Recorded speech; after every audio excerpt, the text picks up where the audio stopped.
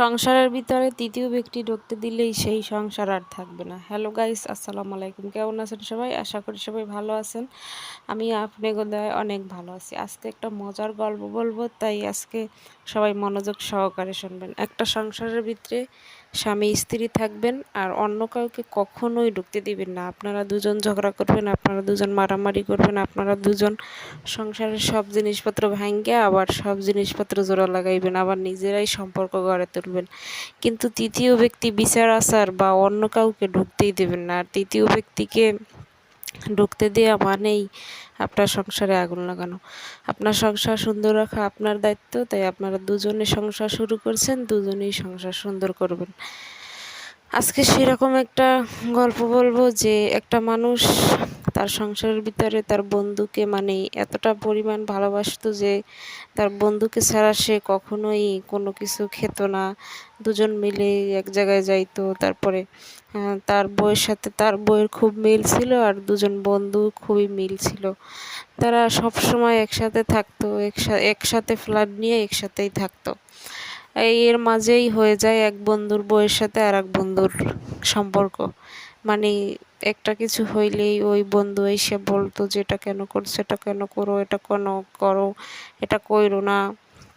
মানে ওই বন্ধু ভাবতে পারে না যে এরকম কিছু করবে, ওর বন্ধুর সাথে ওর বউয়ের সাথে এত সম্পর্ক হয়ে যাবে।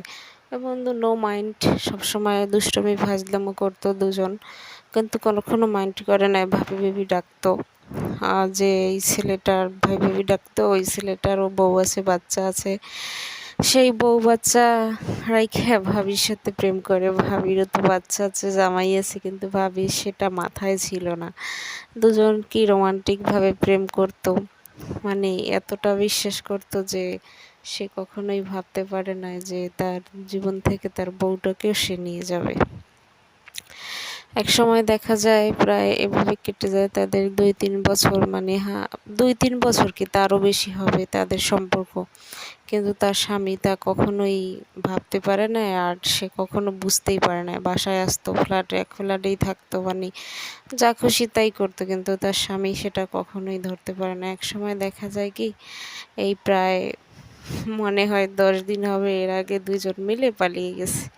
মানে সব কিছু রাইখা, উনি ওনার জামাই রাইখা চলে গেছে, আর উনি ওনার বউ রাইখা তাকে নিয়ে পালাই গেছে। তাইলে সংসারের ভিতরে অন্য কাউকে ঢুকতেই দিতে হয় না। মানে নিজের বউকে নিজের সামলানো দরকার, আর নিজের স্বামীকে নিজের সামলানো দরকার। তাই অন্য কাউকে কখনোই ঢুকতে দেবেন না। যত সমাধান, যত যা কিছু হয় ঘরের ভিতরে দুজন মিলে সমাধান করবেন, দুজন মিলে হাসি খুশি থাকবেন, আর দুজন মিলেই সব কিছু করবেন। তৃতীয় ব্যক্তি ঢুকতে দিছেন কি আপনার সংসার শেষ, আপনার স্বামীও শেষ, আপনার বউও শেষ। আর যদি হয় মানে একজন আর ভালো, একজন চোখেই দেখতে পারে না, একজন ভালোবাসলে সেটাও চোখে দেখতে পারে না। এটাই হচ্ছে প্রকৃতির নিয়ম। তাই নিজের সমস্যা নিজেই সমাধান করুন, নিজের ভালোবাসা নিজেই দেখান, আর নিজেরা দুজন একা থাকতে পছন্দ করুন। অন্যকে কেন টানবেন? নিজেরা নিজের খাবার নিজে খাবেন, অন্যকে কেন দিবেন? মানে